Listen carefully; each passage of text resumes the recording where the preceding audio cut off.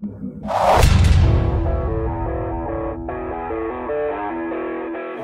down, Rambo. First Blood. Hands down. Hands down. Rambo. You gotta go with Rambo. Why is that? It's a great motivator in real life, all the way around.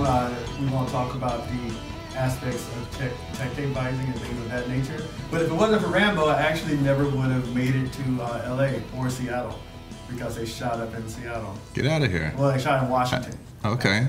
Who do you think would win the battle, Rambo or Commando? Rambo. Easy. Come on. What about Arnold from Predator? Ooh. Think he can beat Rambo? You know what? I think Arnold from Predator can beat anyone. Dutch, that's his name, right? Dutch? Yeah. Okay, so Commando Arnold couldn't beat Rambo, No. but Dutch could. Yeah, because Dutch was like a mercenary. He's like, I'll do whatever. Dutch was Commander resourceful. Arnold, he was prompted into going off. All right.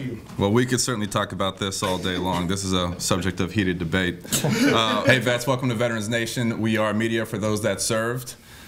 23 million strong. So vets out there and civilians alike, get off that Call of Duty game and join us here in the real world. Whoa, Sergeant Danzy locking some heels here. Yeah, locking some heels. All right. And let's say hello to our ageless producer, Rick Seaman, on watch behind us. Behaving proudly. Okay, every show we dedicated to a unit in the military. And Kelly, will you do us the honors? Our show today is dedicated to the 3rd Marine Division. The 3rd Marine Infantry Division, it's based out of Okinawa, Japan. Thanks for your service. Thanks, Kelly. So, Kelly, Trevor, what do we got going on today? Well, there's never a bad time to talk about veterans organizations. Right, that's never a bad time. I mean, they work for the veteran members, but they also get out and work within the communities. Yeah, that's very true. And you know, one important benefit that veterans need to be made aware of, these organizations offer, they're called service officers. And these are trained specialists. They can help a vet out with any type of VA claim or process that you might be having difficulty with. That's right. Right. They're advocates. They're like having a rep who knows the system. Mm-hmm. Yeah, they're like a veteran's attorney, but they're really not attorneys. That's a whole another ball game. Now we're going to be doing some shows here, Veterans Nation shows, that are going to be talking to veterans attorneys, actual attorneys, and we'll find out where they play, and especially in the case of claims denial. That's where the attorney can really come into play. Yeah, Rick, hasn't Veterans Network done shows before with veterans attorneys? Yes. Matter of fact, we have, and we did one with this legal group from Washington, D.C. They came on when we had the new PTSD laws, the requirements for filing a claim for PTSD, and that was very informative. That's right. We actually have a lot of archived videos here in the Veterans Network with panels of experts having to do with anything from attorneys, veterans law, VA denials. Just go to the search box on the homepage and type in any of those keywords and they'll pop up. Yeah, all good stuff. So we're going to take a break. We're going to be right back and talk about today's issue, which is combat in video games.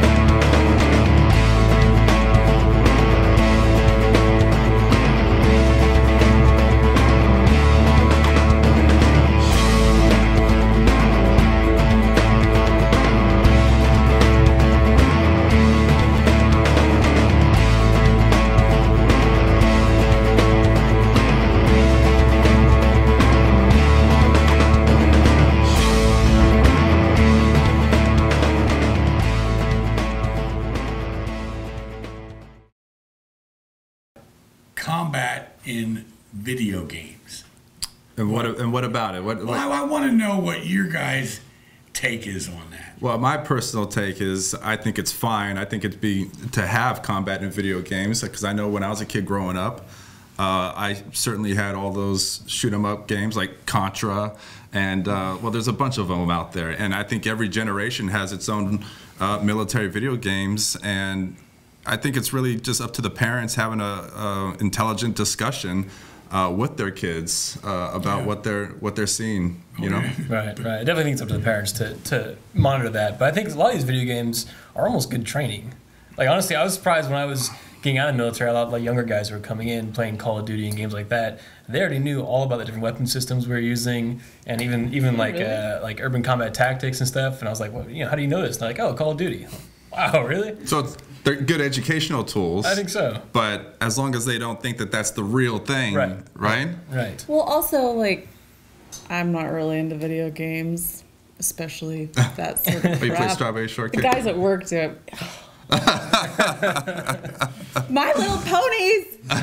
No, the only thing that I have to say about this sort of stuff, because I don't know that much about it, is that if you think back to our childhood before we had iPads and all kinds of like really great digital stuff, people were playing G.I. Joe. My little sisters used to go out in the woods and play Navy SEALs. Like there was always Cowboys and combat. Indians. Cowboys Yeah. and Indians. Like there's always been combat. That's like the nature of the human race. I always had Nerf just guns it's growing now, up. See? Yeah. It's just that it's now being brought into stuff that kids are more used to dealing with, and yet I just personally think that it's a little different for us, considering that's not what we grew up with, so maybe it's not right, but to them I think it's still make-believe. I don't know that they really correspond that to real life until Well, I don't you know. obviously Some of get those older. kids get dressed up in full camo and paints, right? Right now, I mean, am I wrong? Haven't you seen kids get all geared up when they're playing video games? I actually don't play any of the video games. Wait, while they're playing the video game? While they're playing the video game. Yeah.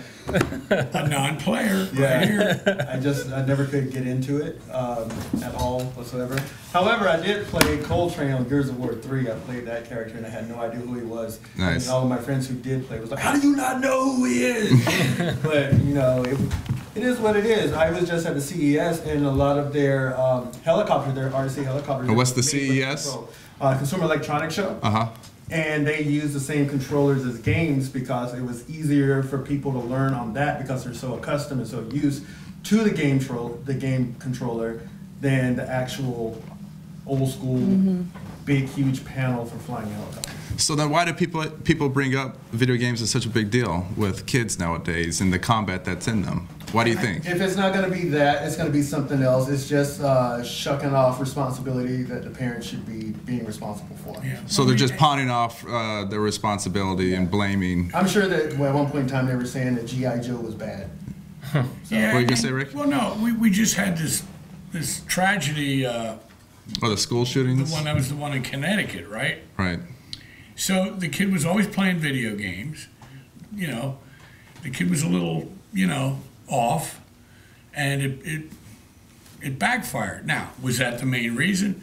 His mom was a gun person. She had the house, loaded to the bear, loaded for bear. So you're always, but we used to play cowboys and Indians when I was 5 years old, with rubber guns, Right. and 99% of us just went on. Well, I think the comedian Chris Rock said it best when he goes, "Whatever happened to just crazy?" You know, Yeah, people are just crazy. You always want to blame something else. There's something wrong with that kid long before you ever played a video Right. game. So you guys are saying you feel that the producers of these games are being totally responsible. I They think know that they can capitalize on it. Yeah. I think Yeah, that that's- they are yeah. being responsible to the level where if they're reaching out to the military community and actually bringing on veterans, real veterans, to come on and be consultants and advisors to the game, then I think they're being responsible in their product, in what their product is. Right. And I just, it's my personal opinion. I think most of us agree that if parents just have honest discussions with their kids, it's not the video games to blame. It's how they're bringing up their kids and how they perceive what they're playing. Well, for Columbine, didn't they say that it was Marilyn Manson? I was That the just reason why, gonna and that was bring the that up. music. Yep. So like I So was they saying blamed the before, music. if it's not gonna be the video game, it's gonna be something else. And as far as the producers go, their only responsibility is to the product and the bottom line. That is true. You're right. And money driven. Yeah. Yeah. So there you go. Okay, well, let me just ask you guys one more question, and then we'll get off of this. You guys were all combat troops, all of you. Did you ever come across a situation where one of your fellow soldiers just couldn't handle it? He just broke down in the middle of a firefight and just let you down, you know, and only to find out that it was because he spent his whole life in an Xbox, and when the real deal came, he didn't know how to handle it.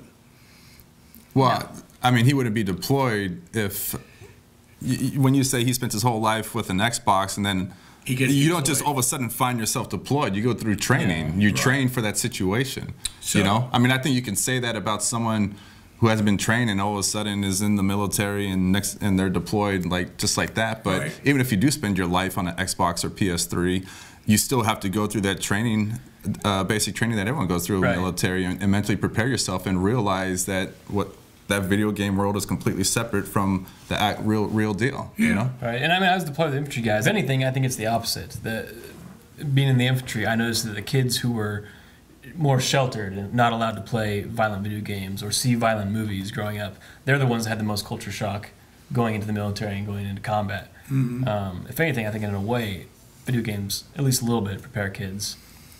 Exactly. It's just, you know, if you're a parent and you have a kid, just make sure you understand that they understand what it is that they're playing, you know? Right. Now, we're talking about it, all of us, from a veteran's perspective. Mm-hmm. And for the most part, a combat veteran's perspective, which we all are. How do you think the mothers and fathers that have no idea what combat's like or have no attachment to the military, do you think maybe that they're the ones that are really getting the wrong message here? Because, I mean, we hear a lot about combat video games are not good for these kids. So where's that coming from? You know, that's a great question. But again, just because they haven't served in the military doesn't mean that they don't understand the difference between what you see in a video game and real life combat. Right. Does that make sense? Yes, it does. Sure. Sounds to me like they just don't want their kids exposed to any sort of violence, which is ridiculous. I think there's always just a scapegoat for behavior. People are always looking for something to blame it on. You know, my kids aren't behaving. It's because they play too many video games. It's because they do this. And if you know, most families have a family member that served in the military or know someone who has. And so why not invite that person over to explain the difference instead of trying to explain it on their own? Plus, the games themselves have rating systems, you know, so you know that if the combat is really extreme or there's too much blood, you already know, you know, just by looking at the box what to expect. So, okay, here's an idea. Why don't we pose this question on the next Veterans poll on Veterans Network site? Sure. Shall we do that? Yeah, Good. Consider it what's done. What's the question? The question will be, as we start most of the questions, as a veteran, do you feel combat video games are harmful to young children? Should we word it like that? Sure. Okay, consider it done. There's our poll icon up there on the screen. We find that icon on the home page of Veterans Network. Same page that you're looking at us on right now. So there it is. Vets, let's hear your voice. Say it loud and clear. Let us know what you're thinking. Yeah, yep.